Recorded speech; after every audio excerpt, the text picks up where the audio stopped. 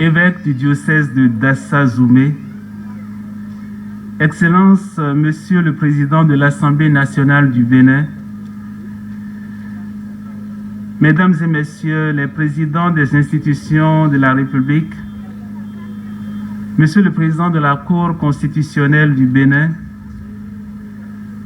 honorables députés, Madame le Préfet du département de l'Ouémé, Mesdames et Messieurs les maires de nos communes de Dangbo, Adjoum, Bonou et des Agégués, autorités politico-administratives, militaires et policières, cher Père Ernest Guédon, vicaire général du diocèse de Porto Novo, cher Père Gervais Zanou, curé doyen de Dangbo, cher Père Hervé Goudouressi, curé de la paroisse de Mitro, sur laquelle se trouve le domaine où nous sommes, cher Père concélébrant, chers religieux, chères religieuses, Majesté et tête couronnée, responsables des confessions religieuses, chers fils et filles ouémais, chers frères et sœurs en Christ. Avant tout propos, permettez-moi de vous saluer, vous tous ici rassemblés pour la célébration de cette 13e fête identitaire et de retrouvailles des fils et filles de l'ère culturelle ouémé. Ma reconnaissance se porte notamment vers les membres de l'Union générale pour le développement des communes de la vallée de l'Ouémé à travers son comité intercommunal de coordination pour l'invitation qu'ils m'ont de nouveau adressée pour ce bienheureux événement. À tous et à toutes, je formule mes meilleurs vœux de bonne santé, de paix et de joie pour la nouvelle année 2022. Je voudrais vous souhaiter, du haut de cet autel, toutes les grâces qui vous sont nécessaires pour vivre heureux jusqu'au terme de cette année nouvelle et bien au-delà. Que Dieu bénisse toutes les manifestations culturelles et spirituelles autour de cette fête identitaire de Ouémekoué. Et pour que les grâces du Seigneur pleuvent abondamment sur nous, l'Église nous invite à méditer des textes soigneusement choisis en ce deuxième dimanche du temps ordinaire. Après des semaines riches et denses autour de Noël, nous voici au temps ordinaire, le temps de l'espérance. Les dimanches de ce temps ordinaire nous font revivre toute l'histoire du salut. La plus extraordinaire de cette histoire, c'est que Dieu aime ce qu'il a créé. À ce titre, chacun de nous peut reprendre les mots d'Isaïe dans la première lecture de ce jour. Toi, tu seras appelé ma préférence, car le Seigneur t'a préféré. Ainsi, les lectures que nous avons entendues ont la particularité de nous rappeler que le message du Seigneur a une dimension universelle. Dans la première lecture, le prophète Isaïe proclame « Les nations verront ta justice, tous les rois verront ta gloire. » Isaïe témoigne ainsi de sa foi en une intervention salvifique du Seigneur pour toutes les nations. Saint Paul, dans sa première lettre aux Corinthiens, affirme « Les dons de la grâce sont variés, mais c'est partout le même Dieu qui agit en tous. » L'apôtre Paul montre ainsi que la variété des dons est au service de la communauté parce que c'est le Seigneur lui-même qui en est l'origine.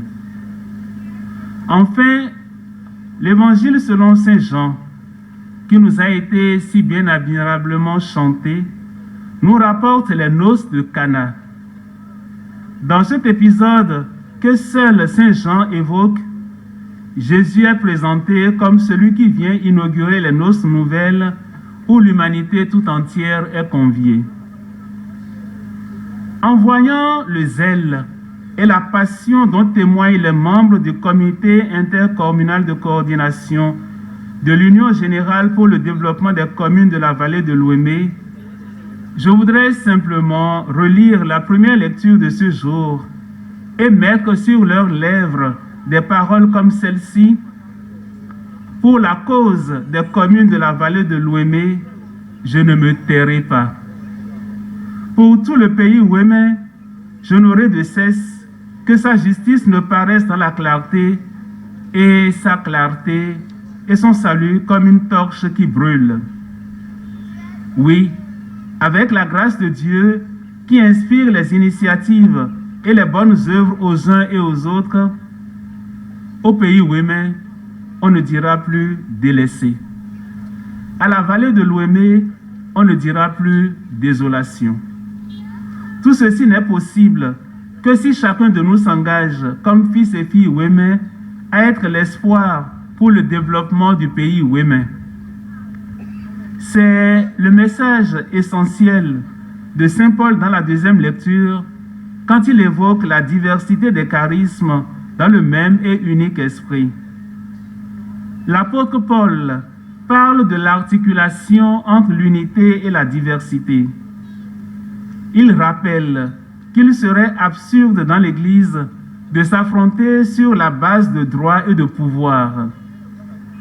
Si une communauté, une hiérarchie, un groupe influent s'approprie ce qui est don de l'esprit, le visage de l'Église serait obscurci.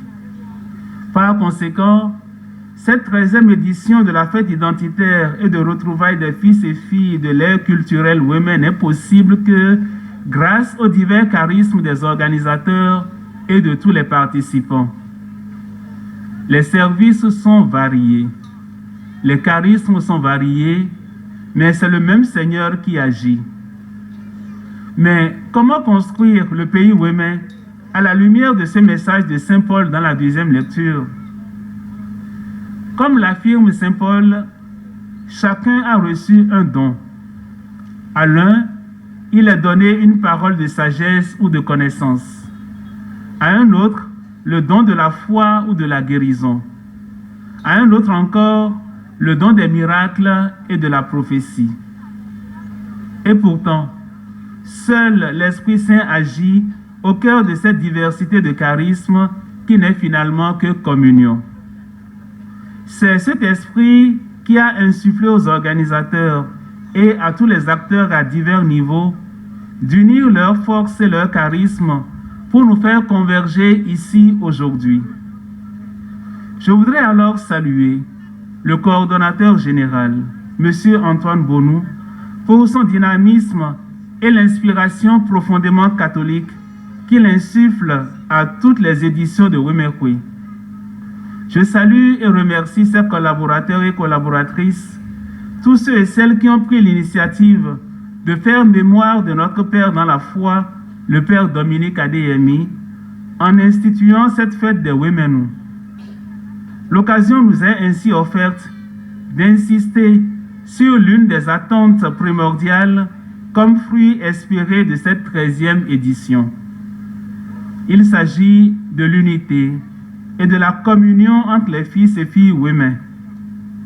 Il y a une diversité de charismes, certes, mais c'est le même esprit qui agit. Que nous soyons d'une famille ou d'une autre, que nous soyons d'une commune ou d'une autre, nous sommes tous appelés à faire un seul corps pour développer le pays ouémé.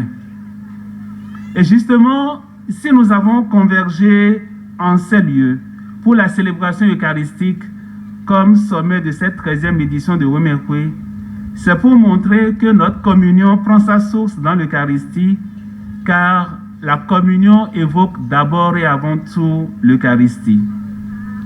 Saint Paul souligne que l'Eucharistie, le repas du Seigneur, est le ferment de l'unité de la communauté chrétienne. Le fruit principal de la communion eucharistique, c'est l'union intime au Christ. Dans le baptême, nous avons été appelés à ne faire qu'un seul corps. L'Eucharistie que nous célébrons réalise cet appel à l'unité et à la communion conformément à ces paroles bien connues de l'apôtre Paul. Le pain que nous rompons n'est-il pas communion au corps du Christ? Tous, nous ne formons qu'un seul corps, car nous avons tous part à un unique pain. La communion dans la prière est irremplaçable au milieu de notre recherche d'informations et de la mise en place du partage et de la solidarité. L'occasion nous est donnée, en cette fête de retrouvailles, de prier, de réfléchir sur les situations dramatiques des communes de la vallée de l'Ouémé et de tout notre pays, le Bénin, de manifester davantage nos engagements, petits ou grands, afin de construire un pays ouémé plus uni, une société plus juste et une église plus fraternelle. Certains désignent ce deuxième dimanche du temps ordinaire comme le dimanche des noces de Cana. Mais on pourrait aussi l'appeler le dimanche du frère universel, comme nous le laisse entendre l'Évangile. En effet, le rôle de la Vierge Marie est assez surprenant dans ce récit des noces de Cana. C'est elle qui constate à haute voix que le vin manque et elle en avise son fils. Imaginons cette fête des retrouvailles de Ouémekwe où il n'y a plus de vin. Quel dommage! Mais devant les réticences de son fils, Marie ne baisse pas les bras. Elle ne se laisse pas démonter. Et voilà que le miracle se produit. Marie devient ainsi un exemple pour nous. Et de façon particulière, son courage et son intrépidité deviennent des vertus à imiter pour les fils et filles ouémins en liesse au cœur de ces retrouvailles.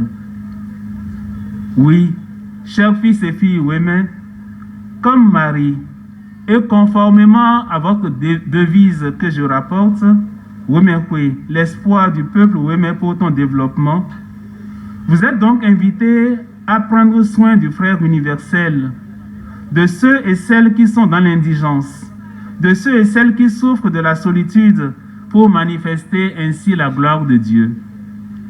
Certes, vous visez la vallée de l'Ouémé et tout le pays ouémé, mais au-delà, c'est l'homme, quel qu'il soit, qu'il faut mettre debout.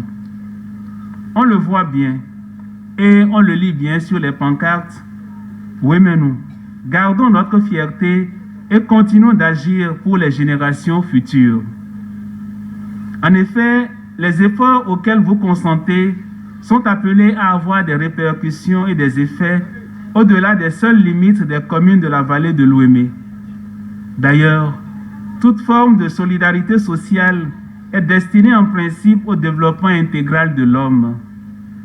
Construire une école, ériger un centre de santé ou une institution sanitaire, c'est promouvoir l'éducation, l'instruction, la santé de l'enfant d'aujourd'hui, mais c'est aussi et surtout développer la nation, car l'enfant d'aujourd'hui est l'adulte et le citoyen de demain. Toute initiative en vue de la valorisation des richesses de la vallée de l'Ouémé, toute infrastructure scolaire ou sanitaire doivent être en vue de l'épanouissement et du développement intégral de l'homme et de tout homme. En ce début d'année de grâce, et à la lumière des points de méditation en cette 13e édition de Ouémekwe, mettons nos talents en lumière, car le frère universel attend que nous lui apportions notre soutien moral, matériel et spirituel. À l'image de Marie aux noces de Cana, intercédons pour le frère universel. Que le Seigneur exauce nos prières et nos vœux aujourd'hui et pour toujours. Amen.